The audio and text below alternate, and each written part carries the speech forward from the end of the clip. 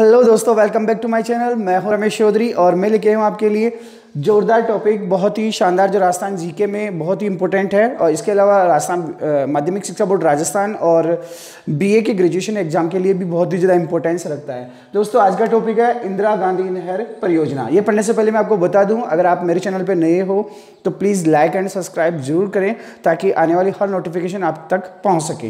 दोस्तों, स्टार्ट करते हैं इंदिरा गांधी नहर। इंदिरा गांधी नहर से पढ़ने से पहले मैं बता दूं आपको कि ये भारत का पश्चिमी क्षेत्र है और पश्चिमी क्षेत्र में यहाँ पर जो बसा हुआ राज्य है वो राजस्थान है। ओके दोस्तों, राजस्थान है जो भारत का पश्चिमी क्षेत्र है, जहाँ पर थार का मरुस्थल है। बहुत ही शुष्क प्रदेश है, वर्षा बहुत कम होती है, नाम मात्र की होती है, वनस्पति रहित है, जहाँ पे कम वर्षा है, रेत के टीले, स्थानांतरित बालू में टीले पाए जाते हैं। दोस्तों, यहाँ पर जब लोग भूखे मरने लगे और जहाँ पर पानी की बिल्कुल कम सुविधा थी, यहाँ पर सिंचाई सुविधा उपलब्ध करवाने के लिए सबसे पहले बीकानेर के जो सिंचाई तत्कालीन सिंचाई इंजीनियर थे, बीकानेर के सिंचाई इंजीनियर कंवर सेन ने इसका सबसे पहले सुझाव दिया 1948 में कि यहाँ पर एक नहर बनाई जानी चाहिए जिससे कि राजस्थान के पश्चिमी क्षेत्र में सिंचाई की सुविधाएं उपलब्ध हो सके।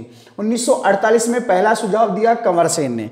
फिर सरकार जागी 4 साल बाद में सरकार जागी और 1952 में केंद्र सरकार की स्वीकृति से प्रदान हुई। ओके दोस्तों, 1952 में केंद्र सरकार की स्वीकृति प्रदान हुई। तब तक इस नहर 1952 में जब स्वीकृति प्रदान हुई तब इसका कार्य शुरू हुआ और यहाँ पर सतलज और रावी नदी के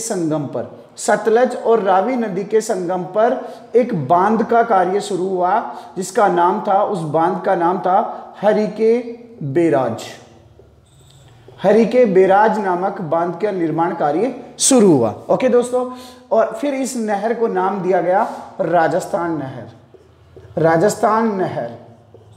इसको राजस्थान की मरुगंगा भी कहते हैं, मरुगंगा, जीवन रेखा, राजस्थान की जीवन रेखा।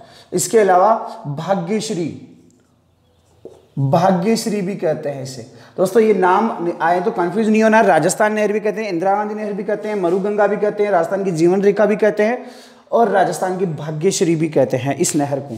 दोस्तों, तब तक इसका नाम राजस्थान नहर था। फिर 2 नवंबर 1984 को इसका नाम बदल दिया गया और नाम बदलकर इसका नाम रखा गया इंदिरा गांधी नहर।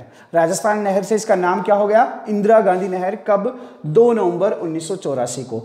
दोस्तों, 1952 में से स्वीकृति मिली, 31 मार्च 1958 में इसका कार्य कंप्लीट हुआ और इसका उद्घाटन हुआ। और उद्घाटन करने वाले जो थे गोविंद वल्लभ पंत थे, जो उस टाइम के गृह मंत्री थे गोविंद वल्लभ पंत। उन्होंने इसका उद्घाटन किया 31 मार्च 1958 को।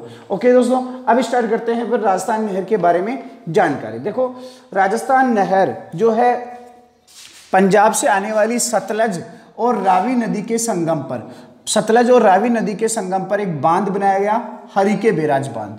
वहां से एक नहर निकाली गई जो अंतर्राष्ट्रीय सीमा के समानांतर है। अंतर्राष्ट्रीय सीमा ये वाली इसके समानांतर है और फिर ये राजस्थान में आगे तक बहती है। दोस्तों, जहां से ये स्टार्ट होता है, हरिके बेराज बांध है, वहां से स्टार्ट होकर हनुमानगढ़ में एक स्थान पड़ता है। हनुमानगढ़ में एक जगह है जिसका नाम है मसीता वाली तक। ये कहां पर है दोस्तों? हनुमानगढ़ में। हनुमानगढ़ के मसीता वाली तक ये फीडर नहर है। कौन सी नहर है?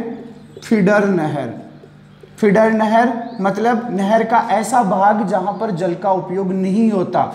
नहर का ऐसा पार्ट जहां पर जल का उपयोग नहीं होता उसे फीडर नहर, और जहां पर जल का उपयोग होता है उसे मुख्य नहर। ओके दोस्तों, तो फीडर नहर का निर्माण हुआ हरिके बेराज बांध से मसीता वाली तक। और ये जो फीडर नहर थी, ये इसकी लंबाई थी 204 किलोमीटर थी। इसमें से दोस्तों याद रखना, 169 किलोमीटर पंजाब और हरियाणा में, 169 किलोमीटर कहाँ थी? पंजाब और हरियाणा में थी। और फिर आगे की जो नहर है जिसकी लंबाई 35 किलोमीटर बची, वो 35 किलोमीटर राजस्थान में। फीडर नहर में से 169 पंजाब और हरियाणा में, और 35 किलोमीटर राजस्थान में फीडर नहर है। फिर उसके बाद में इस नहर को बढ़ाया गया और बाड़मेर के गडरा रोड तक इसे विस्थापित किया गया। गडरा रोड कहाँ पर है? बाड़मेर में। यहाँ तक इस नहर की जो कुल लंबाई हो जाती है वो 649 किलोमीटर हो जाती है। दोस्तों टोटल लंबाई यहाँ से यहाँ तक, हरिके बैराज से गडरा रोड तक इस नहर की लंबाई कितनी है? 649 किलोमीटर। लेकिन इसमें से फीडर नहर कितनी है?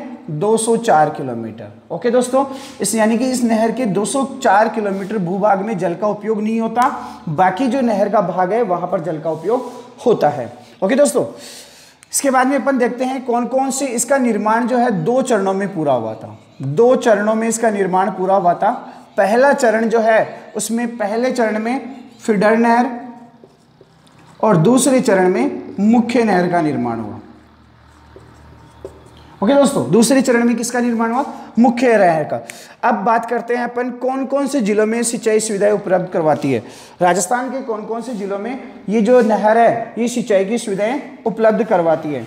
दोस्तों राजस्थान के जो जिले हैं, बैंक का नाम याद होगा आपको, SBBJ, बैंक का नाम सुना है आपने, ये SBBJ, ये जो जिले हैं इनमें तो मुख्य रूप से ये सिंचाई की सुविधा करवाती है। SBBJ मतलब श्री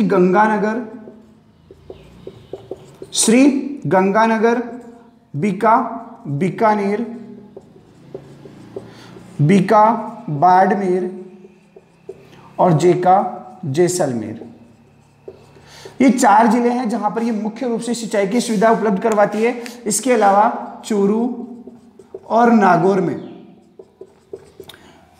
नागौर में वितरिकाओं या लिफ्ट नहरों के माध्यम से सिंचाई की सुविधाएं उपलब्ध करवाई जाती है। ये 4 मुख्य जिले थे जहां पर जिन जिलों के लिए इसका निर्माण किया गया था।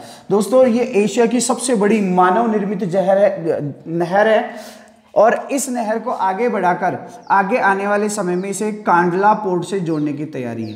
कांडला पतन से जोड़ने की तैयारी है, तब ये विश्व की सबसे लंबी नहर हो जाएगी, विश्व की सबसे लंबी मानव निर्मित नहर हो जाएगी जब ये कांडला पोर्ट से जुड़ जाएगी। और फिर राजस्थान में भी जल परिवहन की सुविधाएं उपलब्ध होने लगेगी, छोटे जलयान इस नहर के माध्यम से चलने लगेंगे।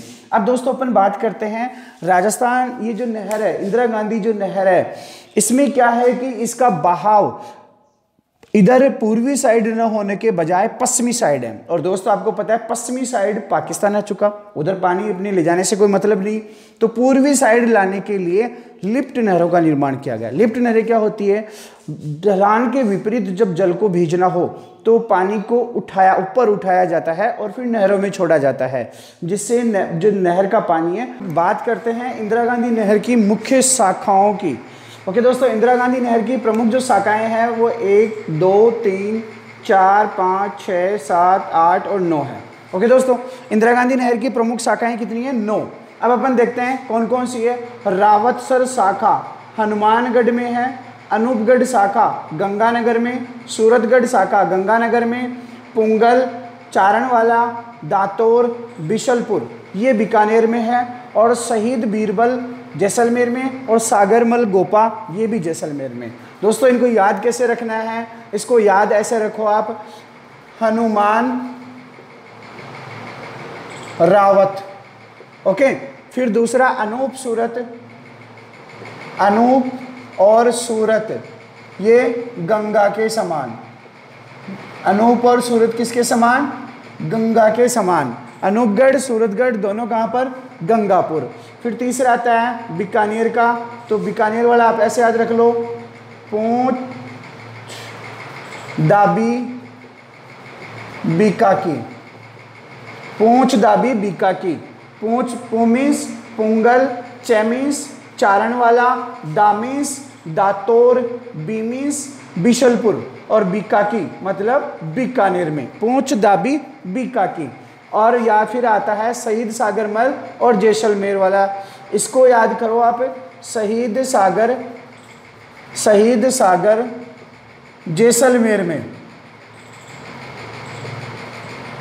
शहीद सागर जैसलमेर में, यानी कि शहीद बीरबल और सागरमल गोपा ये दोनों शाखाएं कहाँ पर है? जैसलमेर में। ओके दोस्तों, दोबारा से, रावत हनुमान में, अनूप सूरत गंगानगर में, पूछ दाबी बीकाकी, शहीद सागर। अब में अपन बात करते हैं इंदिरा गांधी नहर की, लिफ्ट नहरों की। लिफ्ट नहर आप समझ ही चुके हैं, लिफ्ट नहर किसे कहते हैं दोस्तों। इंदिरा गांधी नहर की जो लिफ्ट नहरें हैं वो ये है गंदेली सहवाल लिफ्ट नहर, बीकानेर लिफ्ट नहर, गजनेर लिफ्ट नहर, बांगड़सर, कोलायत, फलोदी, पोखरण और जोधपुर। गंदेली सेवा जो लिफ्ट नहर है इसी में आपनी योजना जो पेयजल परियोजना है वो इसी में चलाई गई है, आपनी योजना, जर्मनी के सहयोग से। ओके दोस्तों, अब इनको याद कैसे रखना है? इनको याद रखने का तरीका आप ऐसे अपना सकते हो। गंद बीकी गजब की जो पोलादी, गंद बीकी जो गजब की पोलादी, फैलादी नहीं पोलादी। गंद का मतलब हो गया गंदेली सहवाल लिफ्ट नहर, बीकी मतलब बीकानेर, गजब का मतलब गजनेर, इसमें गज का हो गया गजनेर और बे का हो गया बांगड़सर।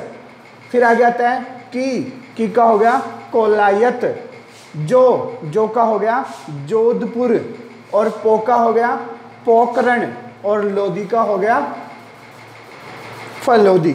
लादी का क्या हो गया फलोदी। ओके दोस्तों, गंदेली सहवाल लिफ्ट नहर, बीकानेर लिफ्ट नहर, गजनेर लिफ्ट नहर, बांगड़सर लिफ्ट नहर, कोलायत लिफ्ट नहर, फलोदी लिफ्ट नहर, फिर इसके बाद में पोखरण लिफ्ट नहर और सबके लास्ट में जोधपुर लिफ्ट नहर। गंद बीकी गजब की जो फौलादी, 1 2 3 4 5 6 7 और 8, ये 8 लिफ्ट नहरें जो है वो इंदिरा गांधी नहर पर बनाई गई है। दोस्तों, इंदिरा गांधी नहर का जो टॉपिक था वो कंप्लीट हुआ। आई होप आपको समझ में आया होगा। अगर आपको अच्छी तरह समझ में आया है तो लाइक और सब्सक्राइब जरूर करें, अपने मित्रों के पास में शेयर करें।